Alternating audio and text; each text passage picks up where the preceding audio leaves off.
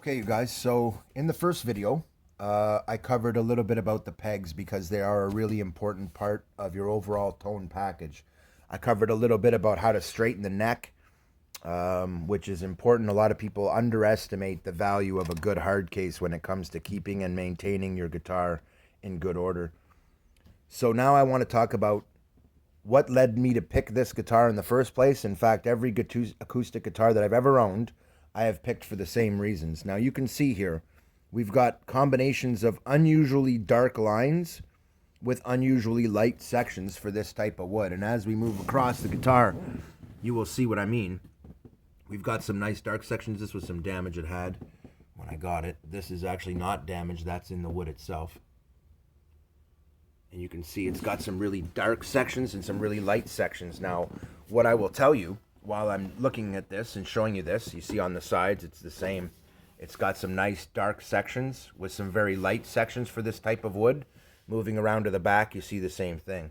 Really, it's a really nice set of wood for this guitar, and I want to go into a little bit with you what it is that you need to select this for. So it's time we talk a little bit about the physics of tone and wood. So here's how this works. When you look at a guitar, let's say you want a really bright tone and you don't want bass, so you think. Okay, fair enough.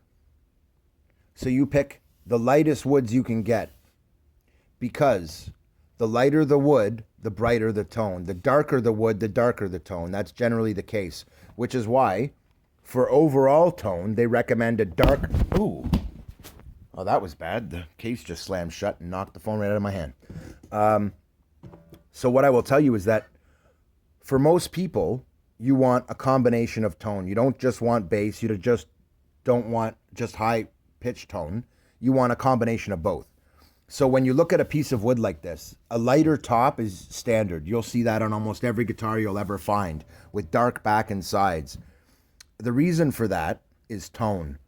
You need a combination of light and dark woods to get best tone. But what a lot of people don't realize is within that, you want for each individual piece of wood that same combination within that piece of wood, meaning light and dark sections.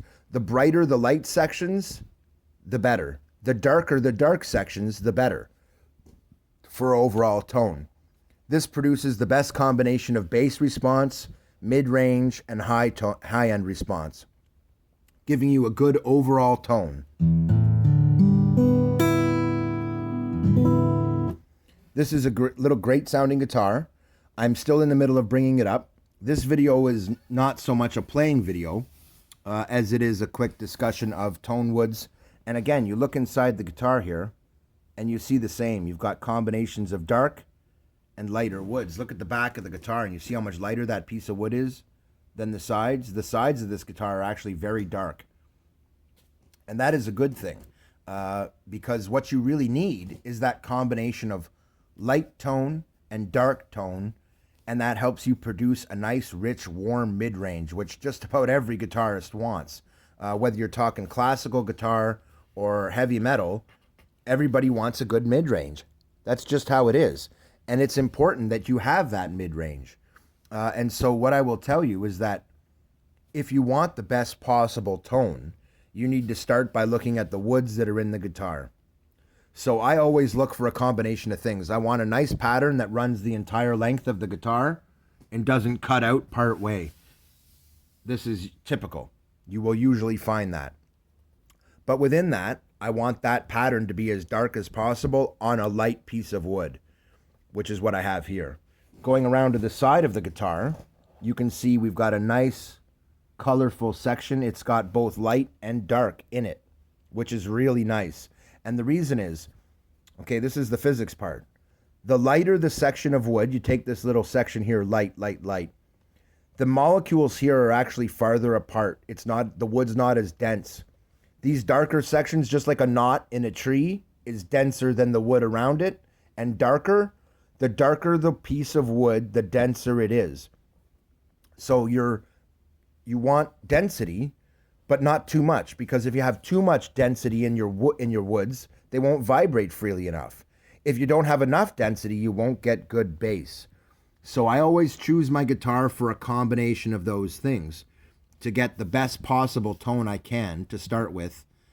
Then I add custom pegs, and I play very particular riffs to the guitar to help it come up that are both bassy and bright and have a good mid-range all at the same time. So in the next video, I'm going to start laying out some of the riffs that I use to bring up a guitar. Now, you shouldn't necessarily bring up your guitar exactly the way I do. I'm going for a very particular tone, which is what you need to do. If you don't know the tone you have or want, what you need to do is exactly what I've told you no matter what, because picking the lighter and darker sections of wood will give you the best possible low range, high range, and mid range, and at that point, your tone is up to you. You can play anything you want on it. Keith out.